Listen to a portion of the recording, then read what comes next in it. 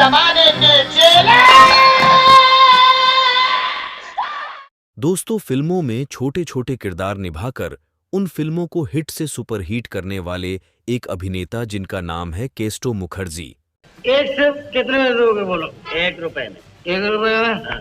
अच्छा, काट के आधा दे दो, मेरे पास अच्छा नहीं है। केस्टो मुखर्जी अक्सर फिल्मों में शराबी के भूमिका में नजर आते थे, लेकिन क्या आपको ये पता है कि उन्होंने अपने जीवन में कभी भी शराब को हाथ तक नहीं लगाया? ये वो एक्टर थे जिन्होंने बिना शराब को चखे वो शराबी का किरदार बड़े ही बेहतर ढंग से निभाते थे। अपन एक बोतल पी रहे हैं, फिर भी सड़क पे चलते हैं। ये देख देख, ये देख। आज हम इस वीडियो में इस महान कलाकार के जीवन से जुड़ी ऐसी बातें बताएंगे जिसे सुनकर आप सोच में पड़ जाएंगे, और एक घटना तो ऐसी है जो आपके होश उड़ा देगी। ये नहीं हो सकता मोहन की माँ। क्यों नहीं हो सकता? इसीलिए कि लड़का बड़ा हो चुका है, बालिग है। मेरे ख्याल से लड़की भी बालिग है, उन्हें शादी करने का पूरा अधिकार है। नमस्कार दोस्तों, मैं हूं चेतन और आप देख रहे हैं मुंबई बॉलीवुड, जहां हम फिल्मी हस्तियों के और उनकी फिल्मों के किस्से पूरे शिद्दत से पेश करते हैं। तो चलिए आगे बढ़ते हैं। तुम्हारे घर में रिश्ते आते हैं और टूट जाते हैं। आपको कैसे पता चला? तुम्हारे आने से 1 सेकंड। केस्टो मुखर्जी का जन्म 7 अगस्त 1925 को कलकत्ता में हुआ था। शुरू में वो अपनी कला नुक्कड़ नाटकों में दिखाते थे। उसके बाद उन्होंने फिल्मों में काम करने का फैसला किया और मुंबई आए। फिल्म मेकर ऋत्विक घटक केस्टो को फिल्म इंडस्ट्री में लेकर आए थे। 1952 में फिल्म नागरिक से केस्टो ने फिल्मी दुनिया में कदम रखा था। अफसोस है कि ना तो केस्टो मुखर्जी और ना ही फिल्म मेकर ऋत्विक घटक इस फिल्म को देख पाए, क्योंकि ये फिल्म इन दोनों के निधन के बाद ही रिलीज हो सकी। फिर ऋषिकेश मुखर्जी ने केस्टो को नई फिल्मों में काम दिया। उसके बाद केस्टो कई फिल्मों में सिर्फ शराबी के किरदार में ही नजर आए। देखा जाए तो उनकी पहली फिल्म नागरिक थी, जिसमें केस्टो मुखर्जी ने बड़ा ही शानदार रोल प्ले किया था। कई कॉमेडियंस ने भारतीय सिनेमा में अपनी बेहतरीन एक्टिंग से दर्शकों को खूब हंसाया, जैसे कि जॉनी वॉकर, महमूद, राजेंद्र नाथ, टुनटुन, असरानी और जगदीप जैसे दिग्गज कलाकारों के बीच कुछ कलाकार ऐसे भी थे जिनका काम भले ही कम होता था, लेकिन उनकी अदाकारी की बातें आज भी होती है। केस्टो मुखर्जी उन्हीं कलाकारों में से एक थे। मुझे मैकेनिक बनने का बहुत शौक है, मैं उसे सिखा रहा था। ये तकलीफ है। एक चीज हो तो बता। पेट्रोल अटकता है, गाड़ी जग पे जग मारता है, डिनामो का वायरिंग ढीला है। अच्छा, पहले मैं डिनामो का वायर ठीक कर देता हूँ। ऋषिकेश मुखर्जी ने फिल्म मुसाफिर में इन्हें मौका दिया था और ये फिल्म बहुत बड़ी हिट रही। जाने का है हमसे घटे सारी दुनिया, तेरी तेरी हमसे फिरे सारी। केस्टो मुखर्जी उस दौर के सभी फिल्म निर्माताओं के संपर्क में आ गए। अपने 30 साल के लंबे करियर में उन्होंने तकरीबन 90 से ज्यादा फिल्मों में काम किया, लेकिन सबसे दिलचस्प बात ये रही कि इसमें से ज्यादातर फिल्मों में वो केवल शराबी के रोल में ही नजर आए। ये भैया, आज तुम्हारे सेब का क्या भाव है? जो कल था, कल क्या था? जो आज है, आज कल आज कल। ठीक है, मैं परसों आऊंगा। वैसे तो आपको केस्टो की एक्टिंग देखकर लगेगा कि वो शराब पीकर ही एक्टिंग करते होंगे, पर ऐसा बिल्कुल भी नहीं था। ये बत्ती कब हो जाएगा? नींद आ रही है। कौन आ रही है? अबे नींद आ रही है यार। यार मत कर। अरे अभी मैं यार नहीं हूँ। अरे अभी मैं शायर हूँ, कविता लिखता हूँ। हाँ।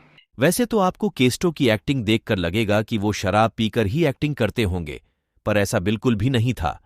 केस्टो मुखर्जी जब काम की तलाश में मुंबई में भटक रहे थे, तब उनकी मुलाकात उस सदी के महान निर्देशक विमल रॉय से हुई।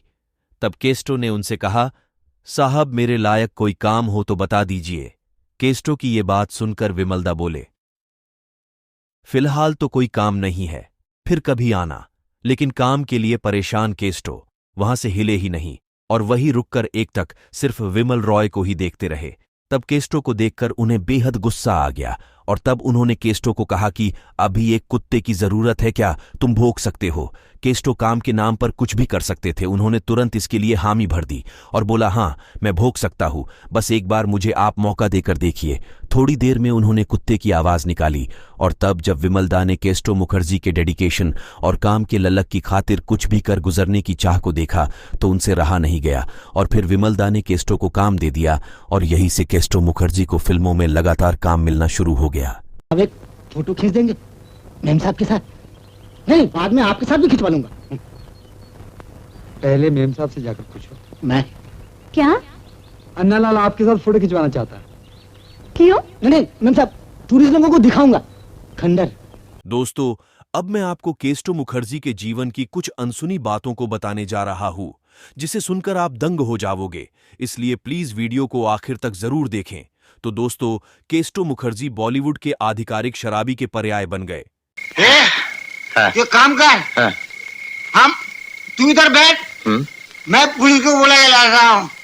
ये हिला नहीं, बिल्कुल हिला नहीं, मैं खुद ही हिल रहा हूँ, मैं समझ गया हूँ। ये तो सभी को पता है कि दिलीप कुमार, अमिताभ बच्चन और शाहरुख खान बॉलीवुड के सुपरस्टार हैं, पर इसके अलावा एक और बात हम आपसे शेयर करते हैं, और वो बात ये है कि ये तीनों कलाकार शराबी की भूमिका शानदार ढंग से चित्रित करने के लिए पहचाने जाते हैं। कौन कमबख्त बर्दाश्त करने को पीता है? हम तो पीते हैं कि यहां पर बैठ सकें, तुम्हें देख सकें, तुम्हें बर्दाश्त कर सकें। जबकि अमिताभ बच्चन को एक शराबी के रूप में महारत हासिल करने के लिए किसी भी प्रमाण की आवश्यकता ही नहीं है। अमर अकबर एंथनी में उनका मिरर एक्ट उनकी कला के बारे में बताता है।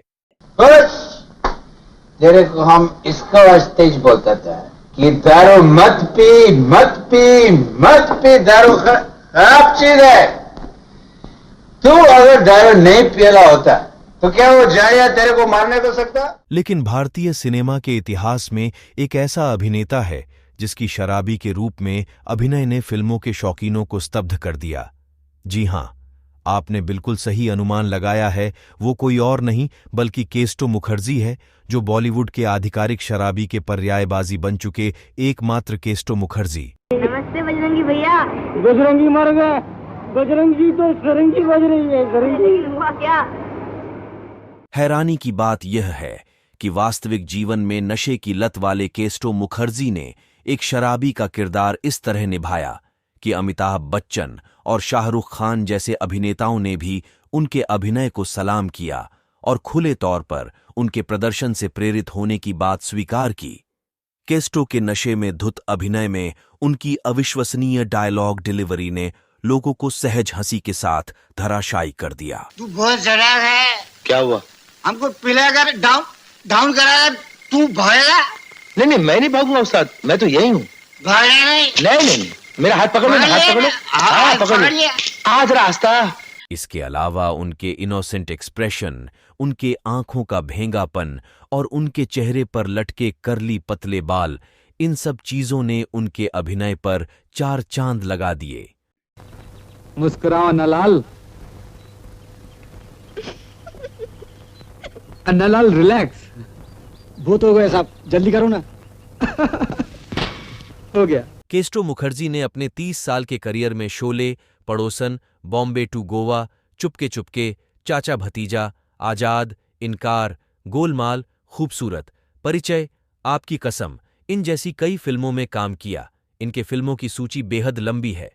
केस्टो मुखर्जी की खोज बंगाल के दिग्गज फिल्ममेकर ऋत्विक घटक, जिन्होंने सत्यजीत रे और नडाल सेन के साथ भारतीय कला सिनेमा में क्रांति लाई थी, उन्होंने साल 1952 में केस्टो मुखर्जी की खोज की और केस्टो मुखर्जी को पहली फिल्म मिली। ये फिल्म नागरिक थी, जो एक बंगाली फिल्म थी, जो भारतीय सिनेमा की पहली कल्ट फिल्म थी। लेकिन अफसोस की बात यह रही कि आर्थिक तंगी के चलते ये फिल्म बेहद देरी से रिलीज हो पाई। ये फिल्म 24 साल बाद 1977 में रिलीज हुई। वैसे तो ये केस्टो मुखर्जी की पहली फिल्म थी, लेकिन ये फिल्म उनकी आखिरी फिल्म साबित हुई। हालांकि फिल्म रिलीज नहीं हुई, लेकिन केस्टो मुखर्जी ने फिल्म प्रतिभा और ऋत्विक घटक के साथ काम करने के लगन के वजह से अद्भुत काम किया। फिल्म निर्माताओं ने उनका बेहद सम्मान किया। ऋषिकेश मुखर्जी, ये वो पहले फिल्म निर्माता थे जिन्होंने केस्टो मुखर्जी के कॉमेडी पर विश्वास किया और उन्होंने उनकी दिलीप कुमार द्वारा अभिनय की गई फिल्म मुसाफिर में केस्टो मुखर्जी को एक छोटी सी कॉमेडी की भूमिका दी।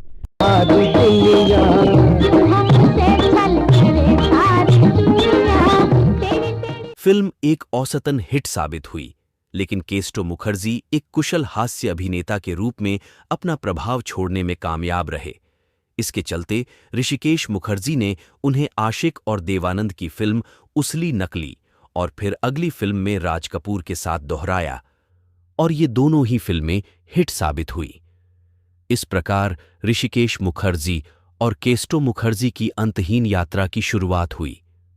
दोनों ने एक साथ कई हिट फिल्मों में काम किया, जैसे कि मजली दीदी, चुपके चुपके, गोलमाल, खूबसूरत और भी कई फिल्मों में इन्होंने साथ में काम किया।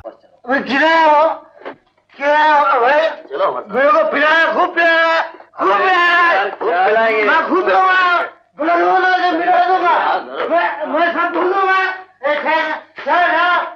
अंकल पैसा इनसे। ऋषिकेश मुखर्जी द्वारा केस्टो मुखर्जी को अपनी सामाजिक ड्रामा फिल्मों में मौका देने के बाद अनुभवी फिल्म निर्माता विमल रॉय केस्टो मुखर्जी की महारत और हंसी पैदा करने की उनकी जन्मजात प्रतिभा से बहुत प्रभावित हुए, क्योंकि विमल रॉय ने गंभीर सामाजिक विषयों पर गंभीर फिल्में बनाई थीं। इसलिए उन्हें एक अच्छे हास्य अभिनेता की तलाश थी जो हंसी उड़ा सके और अपनी फिल्मों को हल्का बना सके। इस प्रकार केस्टो मुखर्जी को महान अभिनेता मोतीलाल और साधना की भूमिका वाली फिल्म पारख और राज कपूर जी की फिल्म आवारा में विमल रॉय के साथ काम करने का सुनहरा मौका मिला। हम तुझसे मोहब्बत करके सनम रोते भी रहे। फिल्म एक बड़ी हिट थी। इस तरह केस्टो मुखर्जी और विमल रॉय के बीच संबंध की शुरुआत हो गई। दोनों ने प्रेम पात्र में भी काम किया। केस्टो मुखर्जी को एक शराबी रूप में पहचान बनाने से पहले ये 50 के दशक के प्रसिद्ध कॉमेडियन जॉनी वॉकर थे, जिन्होंने कला में महारत हासिल की थी। लेकिन 60 और 70 के दशक में जॉनी वॉकर एक टॉप कॉमेडियन बन गए थे, जिन्होंने एक ही फिल्म के लिए फीस के 10 गुना चार्ज किया था। सर जो तेरा चकराए, आजा प्यारे पास हमारे, काहे घबरा। 70 के दशक की शुरुआत में बंगाल के फिल्म निर्माता आसिफ सेन, जिन्होंने सफर, बैराग, ममता, अनोखी रात और खामोशी जैसी हिट फिल्में बनाई थीं, नूतन और जितेंद्र के साथ सामाजिक पारिवारिक ड्रामा मां और ममता बना रहे थे। महमूद और जगदीप के बाद से दो प्रसिद्ध हास्य अभिनेता अन्य कामों में बिजी थे, इसलिए फिल्म निर्देशक आसिफ सेन ने केस्टो मुखर्जी से एक शराबी की भूमिका निभाने की पेशकश की। दिलचस्प बात तो ये है कि केस्टो ने शराबी की भूमिका को इतने ईमानदारी से निभाया कि उसने प्रफुल्लित करने वाली हरकतों से सिनेमा जगत में अपना नाम कमा लिया। तुम लोगों की जुबान एक शराबी और एक अबला की सामने ही खुल सकती है। किसी में दम है तो बुलाओ सुंदर को और पूछो, अगर ये सच है तो सजा माया को नहीं, सुंदर को दो। फिल्म की सफलता के बाद केस्टो मुखर्जी ने ऋषिकेश मुखर्जी जी की चुपके चुपके में एक शराबी की भूमिका निभाई। वो दृश्य जहां उन्होंने कविता लिखी, आज बाग में खिलेगा एक गुलाब ऐ सखी पिला दे एक गिलास, तब केस्टो इस पर अटक जाते हैं, क्योंकि वो गुलाब का एक आदर्श कविता लिखने में असमर्थ है। तो धर्मेंद्र एक गिलास जुलाब का सुझाव देते हैं। ये दृश्य गुदगुदाने वाला है। आज बाग में खिलेंगे गुलाब, दे सखी पिला दे एक गिलास जुलाब। अरे वाह वाह दूसरे झोड़ी का बाग। जिस मासूमियत के साथ केस्टो ने अभिव्यंजक आंखों से शराबी की भूमिका निभाई, बेजोड़ संवाद अदायकी ने केस्टो मुखर्जी को एक शराबी की भूमिका ने आजीवन बना दिया। फिल्म निर्माता मनमोहन देसाई ने अपनी फिल्म चाचा भतीजा में केस्टो को अमर कर दिया। इस फिल्म में मनमोहन देसाई ने केस्टो के नाम के साथ एक गाना शामिल किया। ये गाना है नाचो जरा, शादी बनाने को केस्टो चला। ये गाना धर्मेंद्र पर एक सीन में फिल्माया गया था।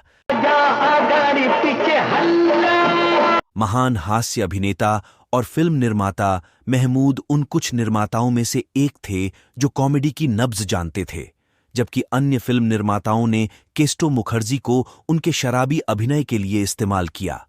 महमूद ने केस्टो मुखर्जी से उनके चेहरे के भाव से कॉमेडी निकाली। उनकी फिल्म बॉम्बे टू गोवा में केस्टो अपनी आवाज कॉमेडी से दर्शकों को अपने पैरों पर खड़ा करते हैं। पूरी फिल्म में सोते हुए भी वो कॉमेडी का इंजेक्शन लगाते हैं। ये वास्तव में एक दुर्लभ वस्तु है जो केवल महान अभिनेता ही कर सकते हैं।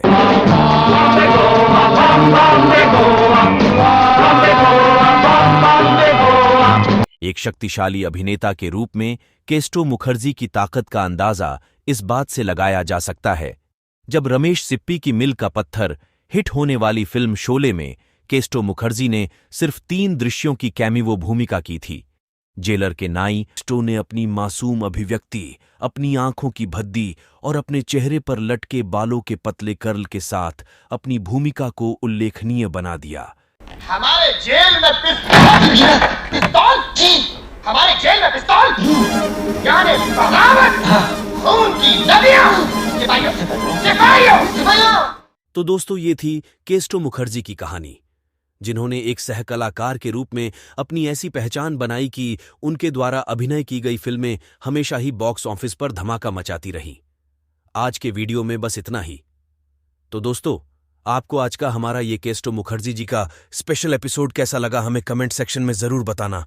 और ऐसे ही मजेदार किस्से सुनने के लिए हमारे मुंबई बॉलीवुड यूट्यूब चैनल को सब्सक्राइब जरूर कर लें। बॉलीवुड की किसी इंटरेस्टिंग स्टोरी के साथ अगले वीडियो में आपसे फिर होगी मुलाकात। तब तक के लिए नमस्कार।